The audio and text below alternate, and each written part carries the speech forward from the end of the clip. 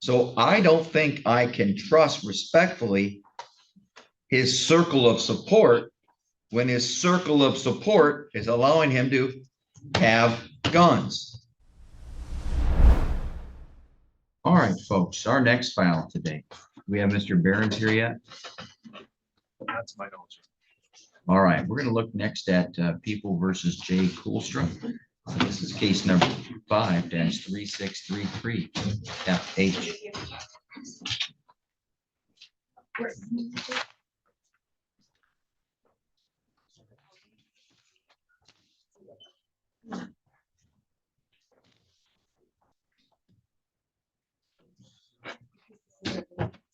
Which one is your good? Okay. All right, appearances. Thank you, I'm David Denhoughton on behalf of the people. Betsy Moss on behalf of Jake Coolstra, who's present and standing to my right. Thank you. Also here this morning is Miss Laura Odell.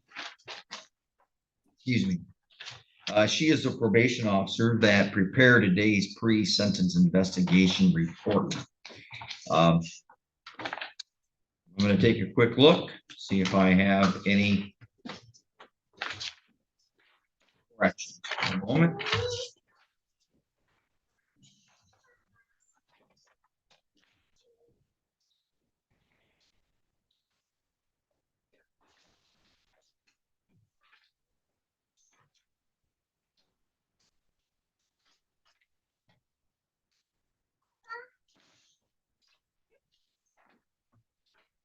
Okay, looks like I did not have any. How about you, Mr. Denham? Any amendments, corrections, or objections to make to the contents of the report? Thank you, Your Honor. I have reviewed the report and I have none.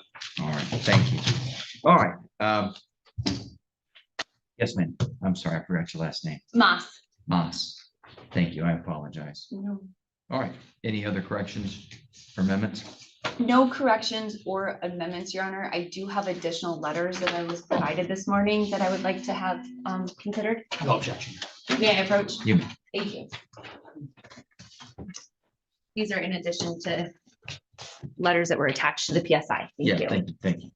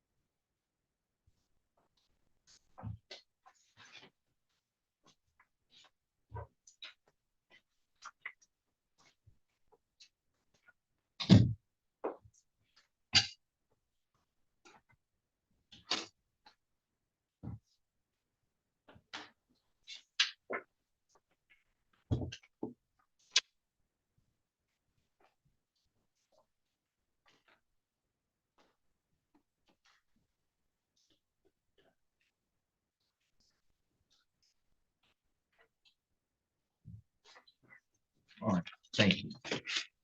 Read all those letters. 1 second as I need to take a quick look at a statute. Hey there, sorry to interrupt the video, but I wanted to take a moment to let you know that TCF is a channel that is 100% human created and human driven. There's so much AI slop out there on YouTube right now, especially in the LawTube space, that I think it's important to point out that every video that we have here on this channel is human created, human curated. We make all the decisions, we do all the editing, it's all us. So if you appreciate that human touch and that human interaction, please do consider subscribing to the channel if you aren't already. Leave us a comment on the video, put a thumbs up. Those things really help us. And if you want even more human interaction, consider joining us for our live show every weekday morning. Okay, sorry to interrupt. Back to the video. Hold on. Happened to my zipper today.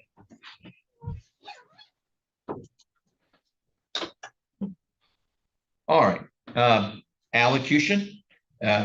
Ms. Moss. Thank you, Your Honor. And Your Honor, I was going to notes during the additions, deletions, Oh, I'm sorry. No, no, that's okay. I can just do it. Part of my allocution. Your Honor, I did speak with Mr. Denhout this morning, and I understand here we are with the guidelines at 10 to 23. When we were negotiating the plea, we were both under the impression it was going to be more of a 0 to, I think, 3 or 0 to 9. And that was based on both of our reading of the lien. Due to the clean slate, there was stuff that was not on his lien that was ultimately counted for sentencing purposes. So that is just something that I would like to say for the court's purposes this morning. Your Honor, Mr. Coolstraw is reunited with his family. He's at home with his wife and children. He has been engaging in services. Miss Jen Arnold from Northern Family Intervention Services is present today. I had a conversation with her before we came in the courtroom. She's met with the family. They've completed the assessments. They came up with developmental goals that they're working towards. Those goals being domestic violence education, healthy relationship skills, and emotional regulation skills. She said Mr. Coolstraw is actively participating in that.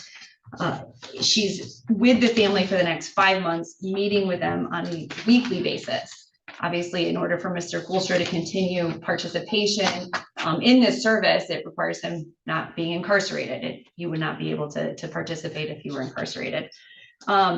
Furthermore, Your Honor, I'd like to direct you to page 1 of the evaluation plan on the PSI. If you look at the, let's see, third to last paragraph that was written by Ms. O'Dell, it really demonstrates that Mr. Coolstraw he reads and writes at a 3rd grade level. He has emotional and cognitive impairments. I believe she stated right here, it appears that he has a hard time understanding the full consequences of his behavior. He has difficult understanding of events taking place around him. I think that's significant. His disabilities are part and parcel with how something like this happened. And what Mr. Coolstraw really needs is resources. He needs help. He needs Miss Arnold. He needs things that the community can provide to him that he will not receive if he's incarcerated and or sent to prison. Obviously, the best thing that Mr. Coolstraw can do is just continue these classes and better himself emotionally and just develop skills to make sure that nothing like this ever happens again. He demonstrates remorse. He's never wants to put his family in this position ever again. He's obviously a very dedicated father. He works hard. He's on Social Security disability, but continues to work at Hutchinson Septic. He's skilled mechanically. He constructed a pole barn. He does support his family financially. Absolutely, Your Honor.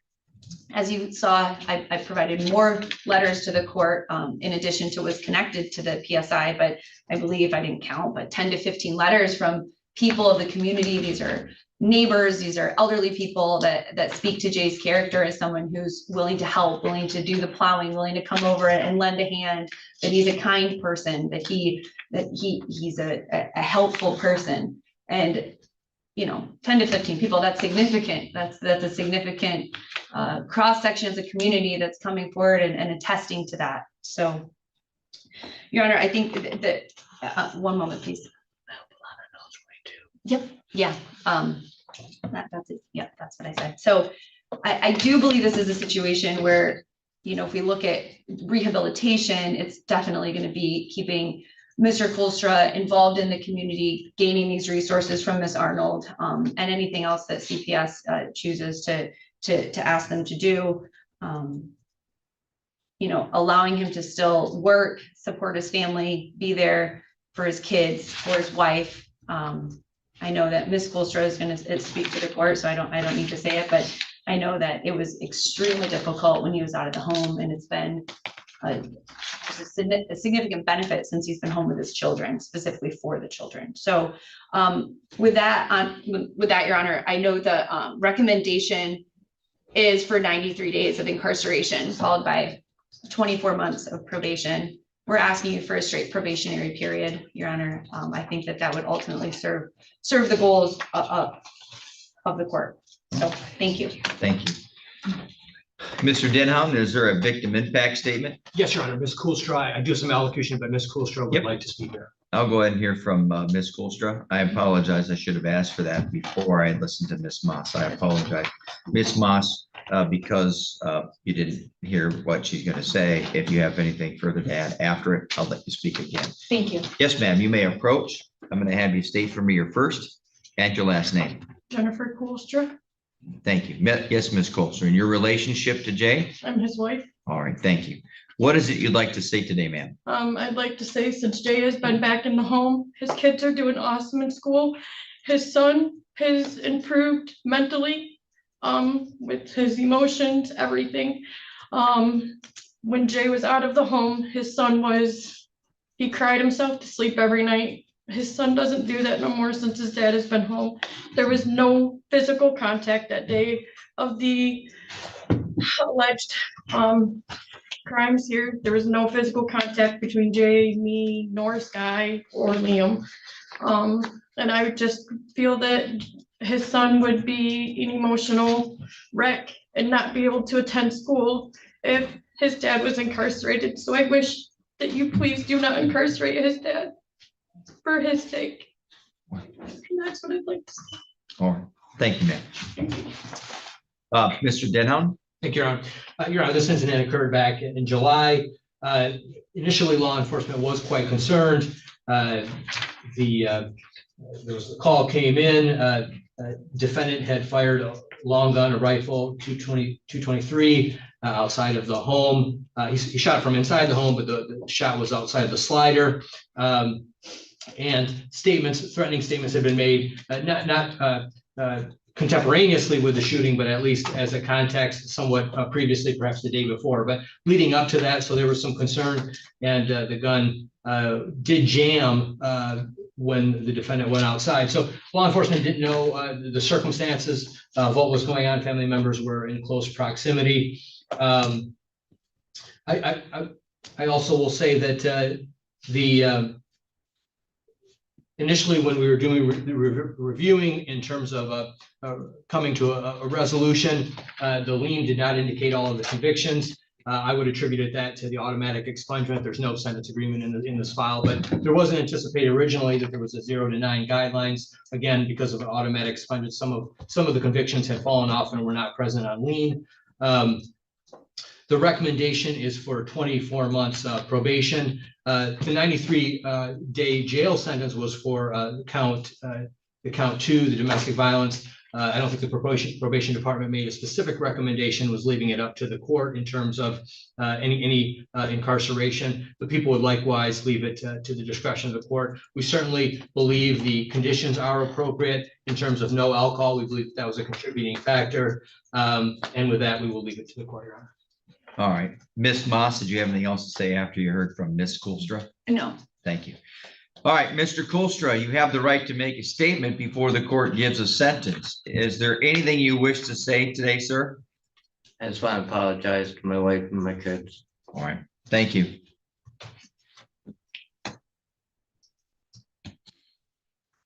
There's one phrase that nobody's mentioned that was, I think, very, very important about this case that Miss Odell included.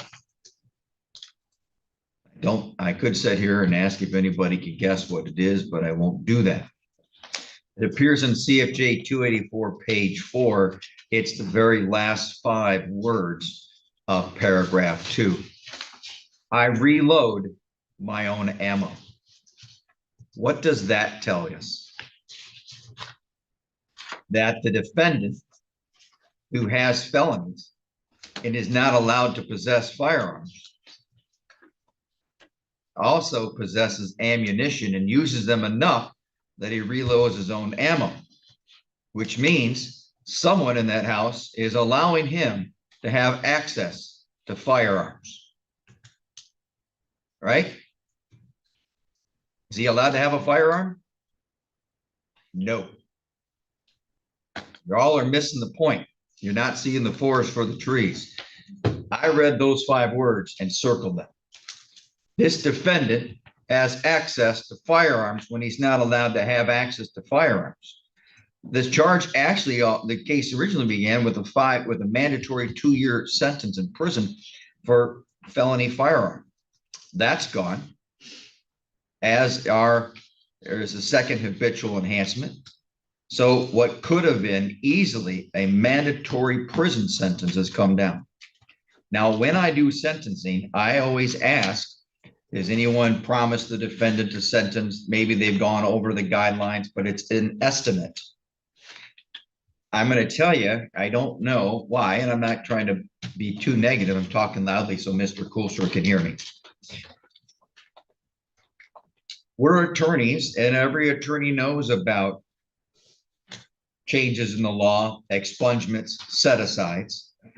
And if you want to know what somebody's going to be facing, you go to his probation officer and look at his last PSI, which was only a couple of years old. If you're not going to the probation officer and taking a look at his last PSI, it's 6 years old. I don't know. I'm sorry, but you can't just look at the lien. So I understand that the attorneys may or may not have seen everything, may have looked at a lien. I've got it. Not my responsibility or the court's responsibility. This defendant was drunk. By the way, I don't see a blood alcohol test here. Was there one, Miss Odell? But there was alcohol involved.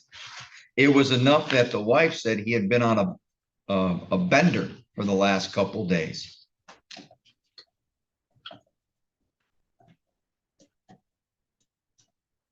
So,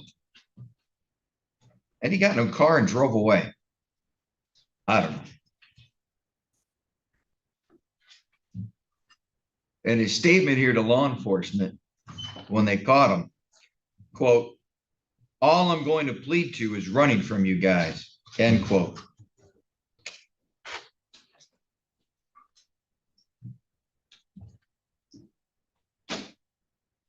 And there was another gun found, holstered, a handgun, that was outside of the cabinet.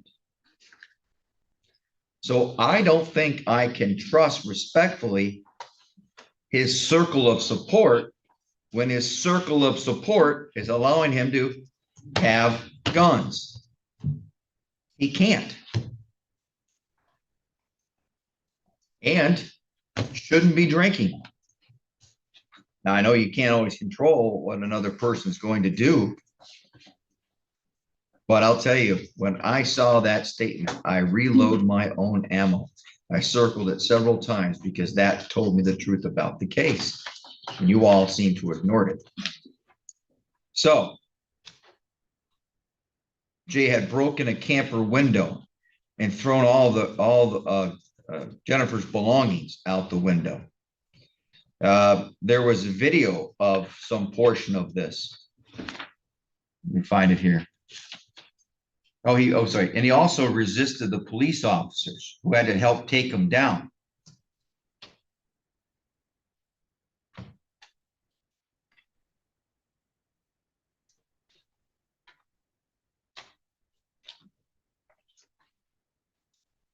And this one paragraph on page 4 of 284, according to them, the defendant, Jennifer, they had been working for 15 years to get his gun rights back. So she knew he could not have guns. And Jay was upset with her because the process had not gone anywhere. Well, it ain't going to go anywhere now. So you all are missing the forest for the trees here, folks. Now here, he shot a firearm 1 to 2 feet from his daughter, with another, his son, just a few feet away, as well was Jennifer. So again, on CFJ 284, page 6, there's a video that shows the porch area of the home. A loud bang can be heard with 2 children crying and running from the home shortly afterwards. And then Jennifer follows them outside with the phone to her ear and gets the children into a vehicle. Jay follows Jennifer out at one point, appearing to have nothing in his hands. He goes back in the residence and then exits with a rifle. You guys are way off. So let's take a look at the defendant's prior criminal history. He had a few issues when he was a juvenile. One of them occurred within 12, or one occurred relatively close in time. Looks like he made it about 2 months between the two before he got into trouble while on juvenile probation. After that, he made it about 3 years until he picked up his first adult. And a lot of his crimes continue to be larceny crimes. Between 1 and 2, he made it 2 months, or sorry, he was off of probation, made it 2 months before he picked up number 2. Between number 2 and number 3, he made it a month. Between number 3 and number 4, he made it about 1.5 years. Then between 4 and 5, he made it 3 years. But between 5 and number 6, he made it 4 days after being off of probation. Well, then we continue. Between 6 and 7, he made it about 2 months after being off of probation. And he got a driving license suspended. Is that a big charge? No. But what it does, it tells me that when somebody is told they can't do something, he'll do it, whether it's driving a car or possessing ammunition and a firearm. Between number 7 and number 8, he made it about 2 weeks after being off of probation. He also had number 8 probation violations and was unsuccessfully discharged. I know that was in 2002. Number 9 occurred while on probation, but I should say at least he was charged, but that was dismissed as part of a pretrial agreement with the next case, which occurred while on probation. And of course, we had acts of violence or sexual assault, which were number 10 of 17. And in there, he had some bench warrants issued and some more assaultive behavior. Number 12 of 17 occurred while on probation. Another driving license suspended, but it tells me the defendant will do what he wants regardless of what the law tells him he can do when they restrict his ability to his freedom. All right, number 13 of 17 occurred while on probation, and it was more assaultive behavior. And number 14 of 17, sorry, he made it about 1 year after being off of probation, actually about 10 months. 10 months exactly, to be precise. Alcohol issues, but it's furnishing alcohol to a minor. He had about a 6-year gap between 14 and 15, and now we got more alcohol. So alcohol has clearly been an issue. He had about a 6-year gap between that and number 16, and this one is allowing somebody to operate a motor vehicle. Not that big of a deal. He does make it about 6 years between that and what gets us here. And here, the court finds by a preponderance of the evidence with all the information contained inside his true sentence investigation report is he was resisting police, law enforcement. He was drunk, obnoxious, carrying a gun. Maybe I don't understand I don't understand. I know you all are very sympathetic and empathetic to the family. I do appreciate that. And I am too. But we're here because he still gets access to alcohol and guns.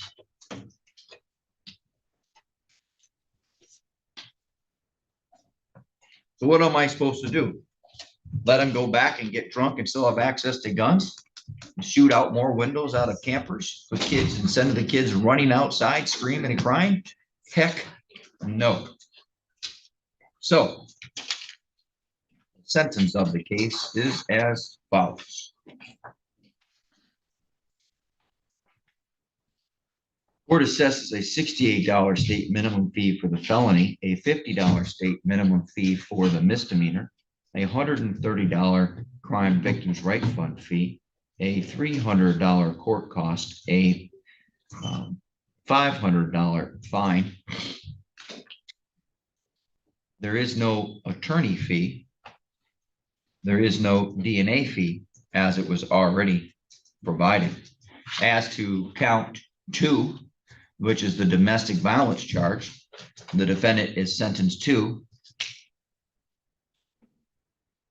93 days with 3 days of credit because of the prior criminal history that includes violence and so forth, and the nature of this offense, plus knowing that even though reasonable grounds are required for other misdemeanors, there's an exception when there's domestic violence. The real question is what does the court do with the assault with a dangerous weapon? I definitely see this differently than you all do, because you all everyone keeps letting them have, except for the prosecutor and the attorney. They don't know. He put himself here. So, yeah, all right, I'll let the firearm be turned over to somebody who does not reside in the family as part of the Killebrew agreement. But the rest, though, folks, I disagree with. So the question that I have is, do I put him in prison or do I give him a local jail sentence? Well, again, alcohol, by the way, has been an issue for this defendant since 1997, and marijuana since 95. There should be end dates there. You can't be taking care of your family while you've got access to guns, and you're going to violate the law and still be drinking alcohol and having marijuana. That's your bad choice, not mine. Mr. Kulstra, this is not something for which I feel empathy for, okay? I'm sorry, you can't have the guns. I don't know why I've got to keep saying that. The court sentences the defendant to a period of probation. That will be for 24 months. The court adopts the terms or conditions that are listed on CFJ 145 pages 2 and 3. I find that they're well suited for rehabilitative purposes. And I said 3 days. Isn't there 5 days of credit? I think it's 5 days, not 3. I said 3. You got 5 days on CFJ 145 page 2, but Miss Odell, I think you need to change it back on CFJ 145 page 1, and it should be 5 days. For the other count, the assault with the firearm, the court sentences the defendant to 365 days with 5 days of credit. All right. That is within the guidelines. It is also reasonable proportionate based upon the criminal history, prior acts of violence, on the entirety of the information I've stated today on the record. Have I missed anything, Miss Odell? No, Your Honor, thank you. Is there work release? I'm sorry? Is there work release? If he qualifies for work release, he can have work release. All right, Mr. Kolstra, your attorney's going to bring to you 2 copies of one document. And again, folks, I apologize for talking so loudly. It's just because I know Mr. Kolstra has difficulty hearing. Your attorney's providing 2 copies of one document. You're going to place your initials on the first copy. Doing so neither elects nor waives in your rights. It merely acknowledges receipt of your copy of the document. This document tells you have the right to appeal the conviction and sentence in your case. That is typically done by filing a claim of right to appeal. However, based upon the plea in this case, any appeal must be done by filing an application for leave to appeal. If you choose to file an application for leave to appeal and you want the court to appoint an attorney to assist you, you complete the bottom half and return to the court within 42 days. If you choose not to appeal, you may simply dispose of your copy of the document. Thank you. Anything else, Ms. Odell? No, Your Honor. Mr. Denham? No, Your Honor. So you have to sign right here. One moment. Hey, thanks for watching. Please do let us know in the comments what you thought of this video. If you'd like to support what we do here, the best way to do it is to pick up some of our merch. You can find it at courtroomfiles.com.